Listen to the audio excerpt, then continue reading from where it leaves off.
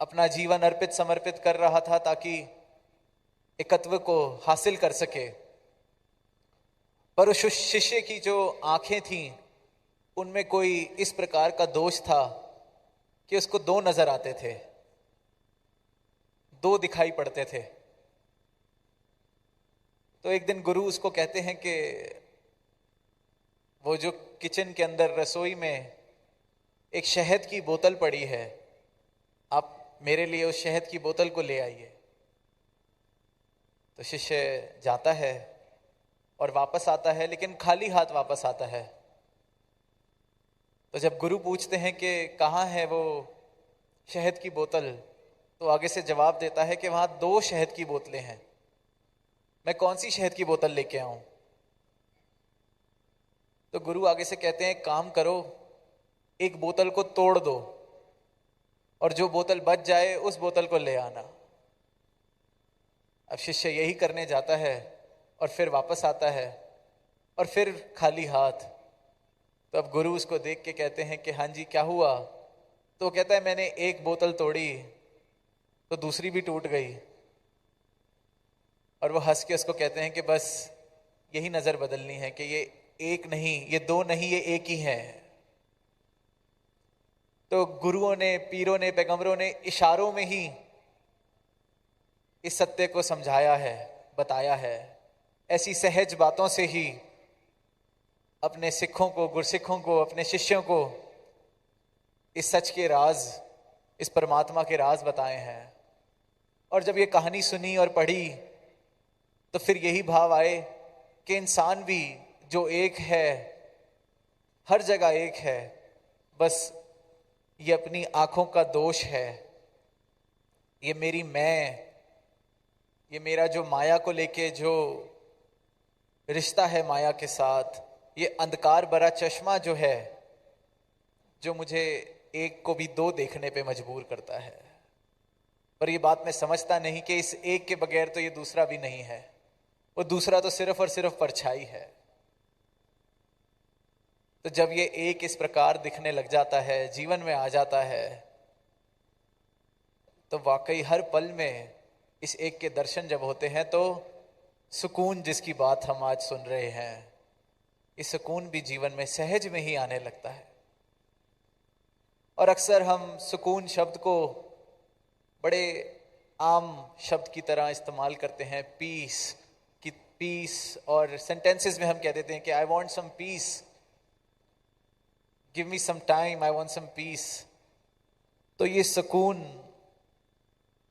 The peace with in, जिसकी बात सदगुरु माता जी कर रहे हैं, इनके संत कर रहे हैं, ये कोई पल दो पल के पीस की बात नहीं कर रहे कि भाग दौड़ बड़ी जिंदगी और कहीं शांति से 2 मिनट बैठ गए या एक दिन काम काज से अपना मुंह फेर लिया तो उस एक दिन का पीस, उस एक दिन की शांति, ये पल पल में सुकून की बात कर रहे हैं।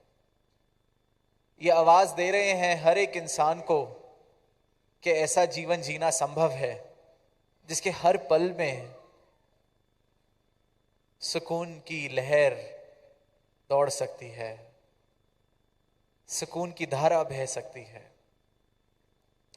ऐसा सुकून जो आपसे फिर कोई ले नहीं सकता, क्योंकि वो सुकून किसी परिस्थिति पर निर्भर नहीं है कि आज बाहर धूप है तो सुकून कम हो गया, हवा चली तो सुकून आ गया, बाहर कोई मुझसे नाराज है तो सुकून चला गया, कोई मेरी वाह वाह कर रहा है तो सुकून आ गया। ये ऐसे किसी सस्ते सुकून की बात नहीं, अमूल्य, बहुमूल्य, जिसके मुकाबले की किसी की तुलना नहीं, ऐसे सुकून की बात जो किसी परिस्थिति का मोहताज नहीं। तो ये वो सुकून है जो सदगुरु की कृपा से झोली में आता है।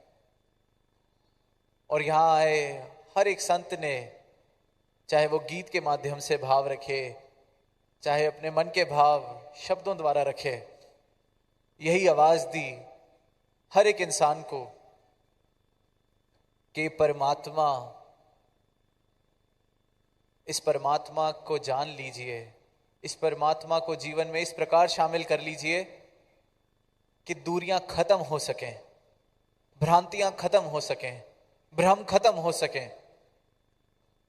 जो कबीर दास जी की वाणी में शब्द आते हैं कि काशी काबा एक है राम रहीम, मैदा एक पकवान बहु, बैठ कबीरा जीम।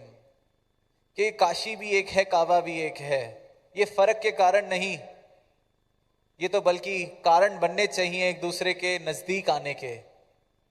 कि जिस भी रूप में ये पीर आए, पैगंबर आए, ये बात एकत्व की ही करके गए।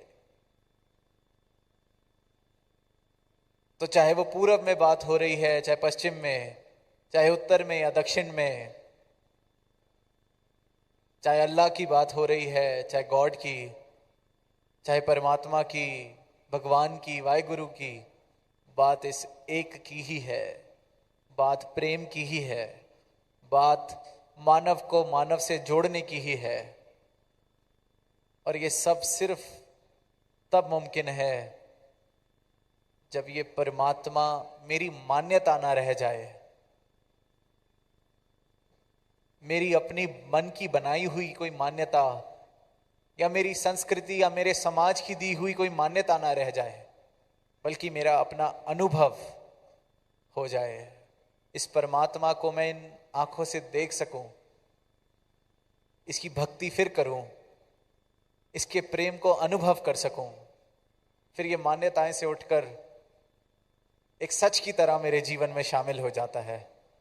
और फिर यही सच प्रेम को हर एक जगह स्थापित करता है, मानव को मानव के नजदीक लेकर आता है, सिर्फ और सिर्फ प्यार भरा, प्रेम भरा एक संसार बसाता है।